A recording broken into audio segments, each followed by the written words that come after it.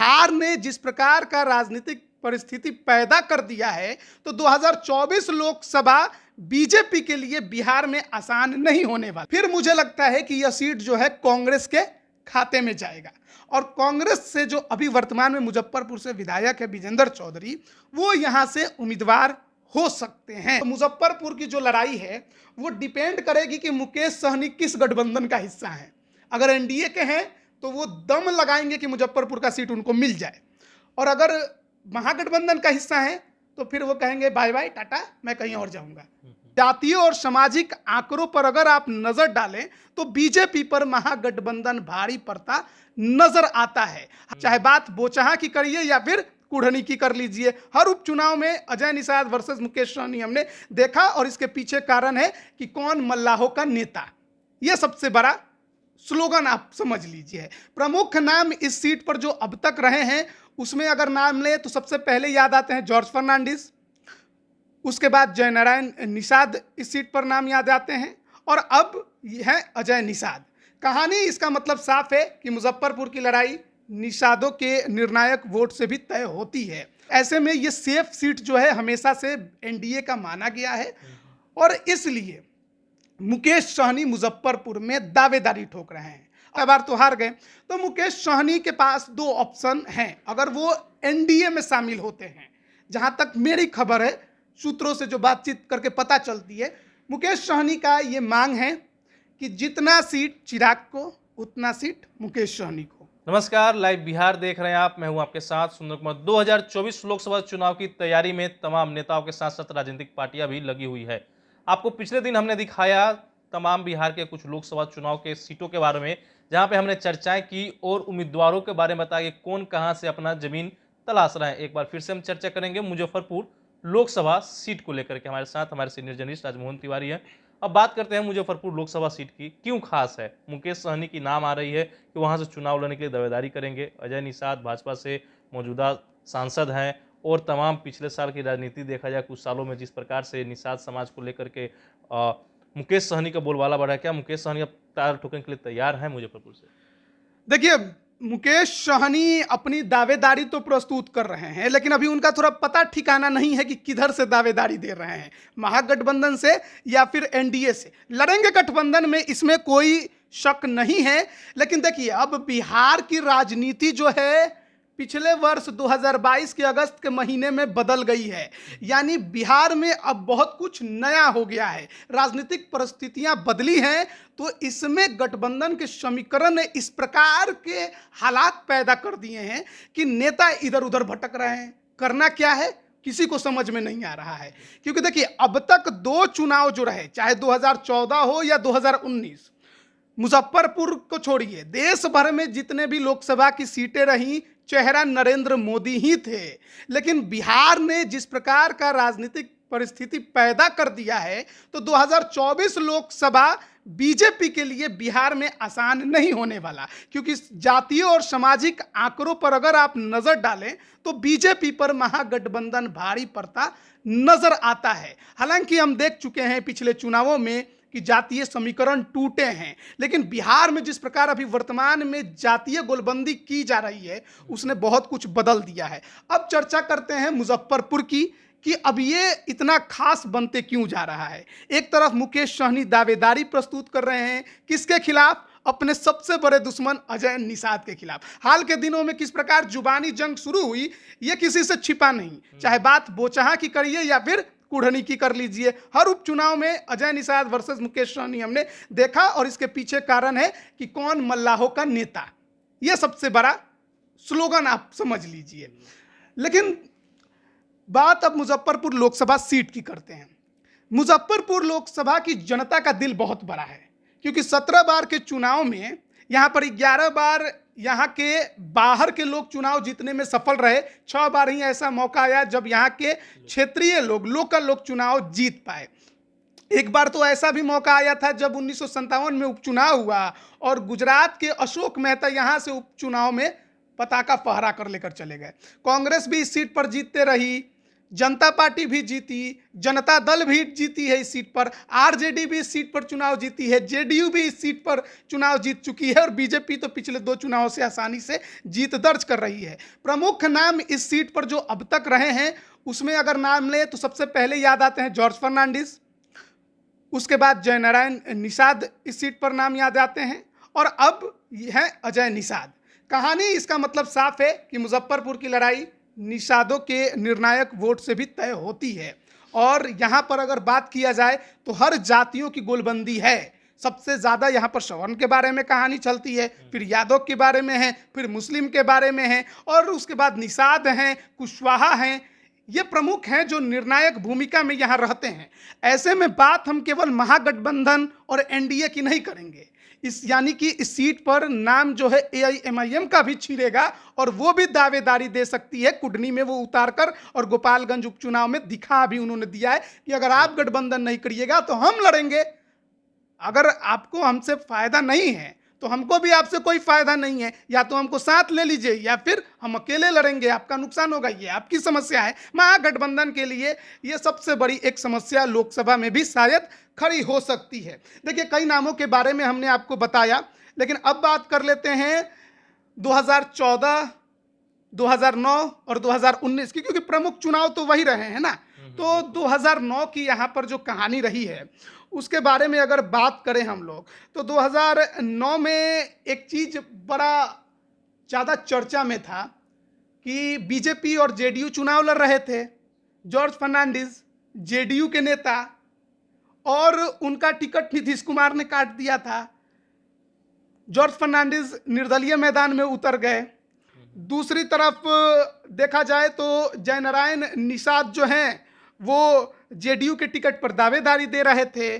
चुनाव परिणाम आया, चुनाव परिणाम में जयनारायण निषाद आसानी से चुनाव जीत गए और यहाँ पर जॉर्ज फर्नांडिस 5वें नंबर पर चले जाते हैं। उस चुनाव में मुझे जहाँ तक याद है 2009 में आरजेडी और लोजपा का गठबंधन था। भगवान लाल सहनी उस समय लोजपा के उम्मीदवार बने थे और वो दूसरे नंबर पर रहे थे। तो ये 2009 का समीकरण था। लेकिन फिर कहानी 2010 की आती है। जॉर्ज फर्नांडिस और नीतीश कुमार के संबंध ठीक होते हैं, वो राज्यसभा चले जाते हैं।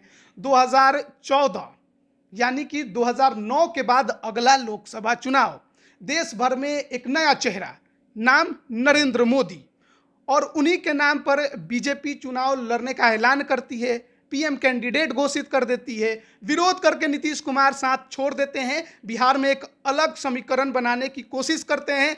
दूसरी तरफ आरजेडी और कांग्रेस का गठबंधन रहता है। बीजेपी नीतीश कुमार के जाने के बाद उपेंद्र कुशवाहा की रालोसपा और रामविलास पासवान की लोजपा के साथ गठबंधन कर लेती है। मोदी चेहरा पर चुनाव होता है। अजय निषाद चुनाव जीतने में कामयाब हो जाते हैं और आसानी से कामयाब होते हैं। उसमें कोई लड़ाई भी नहीं होती है क्योंकि त्रिकोणीय लड़ाई रहती है। एक तरफ जेडीयू, एक तरफ आरजेडी, दूसरी तरफ बीजेपी। अब त्रिकोणीय लड़ाई में फायदा बीजेपी को बहुत आसानी से हो जाता है। अजय निषाद को वोट मिलते हैं 4,69,000। यह सीट जो है आरजेडी और कांग्रेस के गठबंधन में कांग्रेस के खाते में गई थी और भूमिहारों की बहुलता को देखते हुए जो अखिलेश प्रसाद सिंह वर्तमान में अभी कांग्रेस के प्रदेश अध्यक्ष हैं, वो मुजफ्फरपुर आ जाते हैं, उम्मीदवारी देते हैं यूपीए गठबंधन से कांग्रेस के टिकट पर। वो दूसरे नंबर पर रहते हैं, उन्हें 2,46,000 वोट मिलता है। और तीसरे नंबर पर विजेंद्र चौधरी रहते हैं जो कि जेडीयू के टिकट पर चुनाव लड़ते हैं, 85,000 वोट मिलता है। विजेंद्र चौधरी वही हैं जो अभी मुजफ्फरपुर से विधायक हैं। अब बात कर लेते हैं 2019 की। अब 2019 की कहानी जो है एक बार फिर बदल गई।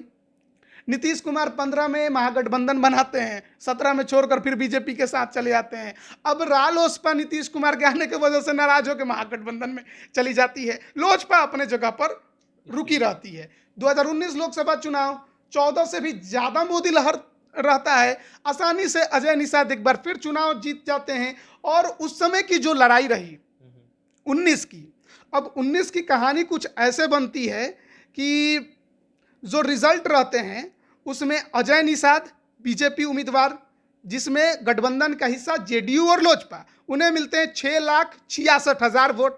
और दूसरी तरफ यह जो सीट है वो मुकेश सहनी की पार्टी वीआईपी के खाते में जाती है। अब मुकेश सहनी उस दौरान मुजफ्फरपुर से ना लड़के खगड़िया में चुनाव लड़ते हैं। महागठबंधन से उनको 3 सीट मिला रहता है, तो वो खगड़िया चले जाते हैं और राजभूषण चौधरी को वो यहाँ से टिकट दे देते हैं। अब ऐसा नाम जिसके बारे में कोई जानता ही नहीं था, अचानक से सिंबल मिलता है और हर कोई जानता है 2019 में महागठबंधन का लोकसभा चुनाव में हश्र क्या हुआ। कांग्रेस महज एक सीट जीत पाई और आरजेडी तक का खाता नहीं खुला।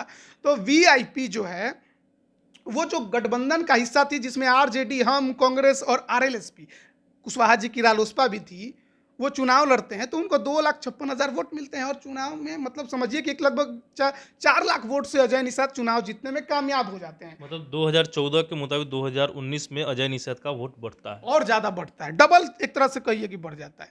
अब कहानी आती है 2022 की। 20 में तो चुनाव हो जाता है विधानसभा का, और जैसे ही 22 आता है नीतीश कुमार फिर पलटी मार दिए हैं। अब कहानी ऐसी है कि नीतीश कुमार, आरजेडी, हिंदुस्तानी आवाम मोर्चा और वामपंथी के तीनों दल, कांग्रेस भी साथ में, 7 दलों का गठबंधन। मुकेश सहनी का अता पता नहीं है कि किधर जाना है किधर रहना है। ऐसे में भी मुकेश सहनी क्या करेंगे क्या नहीं करेंगे वही जानते हैं। और एक तरफ बीजेपी लोजपा के साथ अभी बनी हुई है।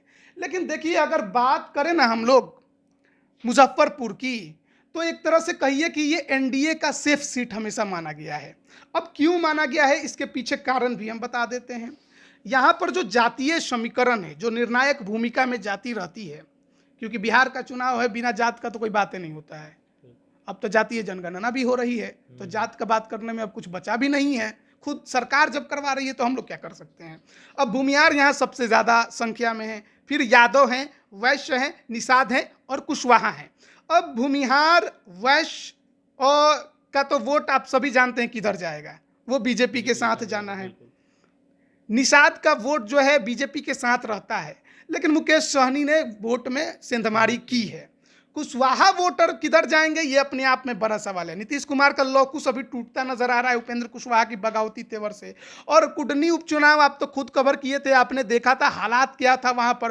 कुर्मी तक अब नीतीश कुमार के साथ उतने एकजुट रूप से नहीं है जब से उन्होंने आरजेडी का दामन थामा है।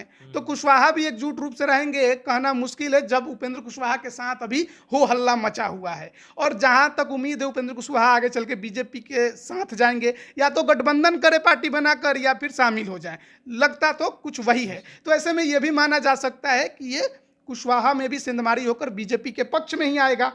निषाद समाज का पूरा वोट तो मुकेश सहनी के साथ नहीं जाएगा, अगर वो महागठबंधन में जाते हैं तब भी बीजेपी के साथ रहेगा, क्योंकि अजय निषाद भी एक उसी समाज से आते हैं। हालांकि उनको लेकर विरोध भी हमने बोचाहा में देखा था, लेकिन अब कहानी थोड़ी बदली है जेडीयू आरजेडी के आने के बाद। तो ऐसे में ये सेफ सीट जो है हमेशा से एनडीए का माना गया है, और इसलिए मुकेश सहनी मुजफ्फरपुर में दावेदारी ठोक रहे हैं। अब सवाल है कि मुकेश सहनी कहाँ रहेंगे।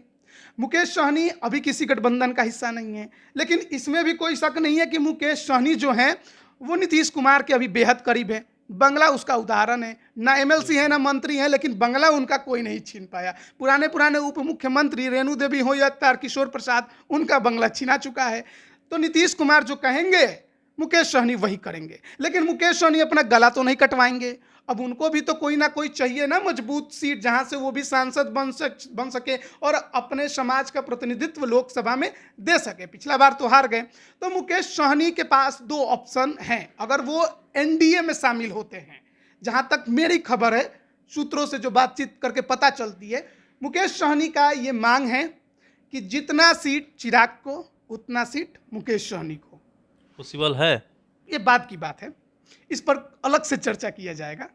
मुकेश सहनी कहां से चुनाव लड़ेंगे। मुकेश सहनी अगर एनडीए का हिस्सा हुए तो उनका डिमांड है कि वो तो या तो बीजेपी अपना सेफ सीट मुजफ्फरपुर उनको दे दे, या फिर अगर वो नहीं मिला तो फिर वो दरभंगा भी जा सकते हैं। ये एनडीए का उनका प्लानिंग है, ऐसा में मुझे खबर है। दूसरा है कि अगर मुकेश सहनी एनडीए का हिस्सा नहीं हुए, महागठबंधन का हिस्सा हो गए, तब मैं लिखकर आपको दे देता हूं कि मुकेश सहनी मुजफ्फरपुर नहीं लड़ेंगे, क्योंकि एनडीए के सेफ सीट पर वो खतरा मोल लेने नहीं जाएंगे। भूमिहार का अलग कहानी चलेगा, वहां पर वैश्य का अलग कहानी चलेगा, और मुकेश सहनी लड़ेंगे तो यादव भी खुल के वोट देगा, इसको लेकर भी शक है। फिर वो कहीं और से चुनाव लड़ना जो है वो सोचेंगे। अब ये कहानी हो गई मुकेश सहनी की। लेकिन अब मान लीजिए कि मुकेश सहनी को ये सीट नहीं गया महागठबंधन के हिस्से में, तो फिर कोई और तो विपक्षी पार्टी से लड़ेगा लोकसभा में, महागठबंधन से कोई तो उम्मीदवार होगा। तो अब इसमें सबसे बड़ा चेहरा कौन निकल कर आता है? आरजेडी भी गठबंधन का हिस्सा, जेडीयू भी गठबंधन का हिस्सा, कांग्रेस भी गठबंधन का हिस्सा, और ये तीनों इस सीट पर लड़ चुके हैं।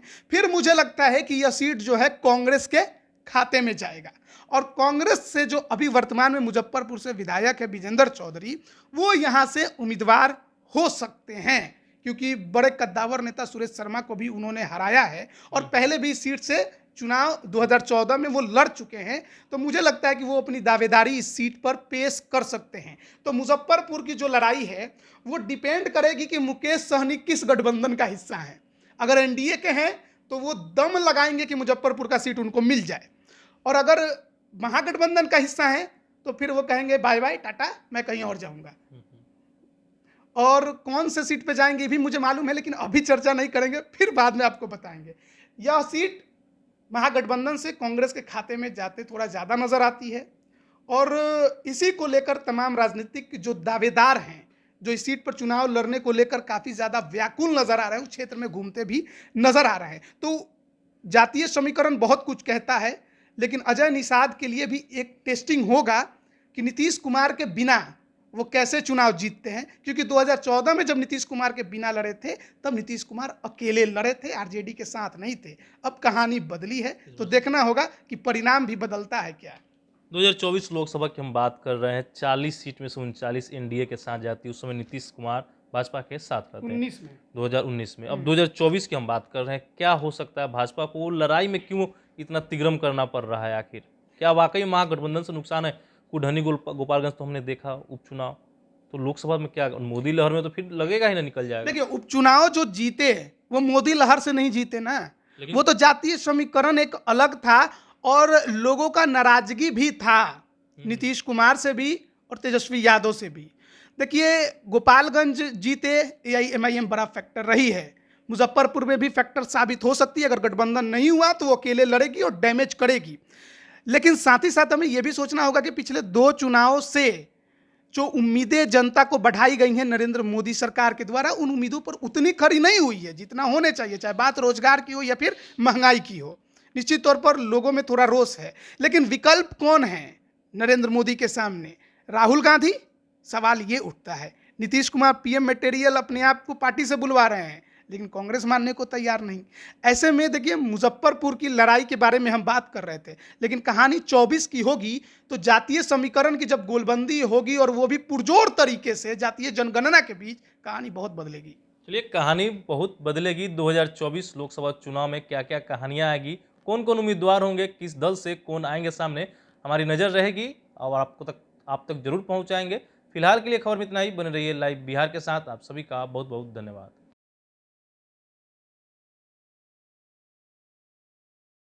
लाइव बिहार यूट्यूब पर सब्सक्राइब और फेसबुक पर लाइक जरूर करें।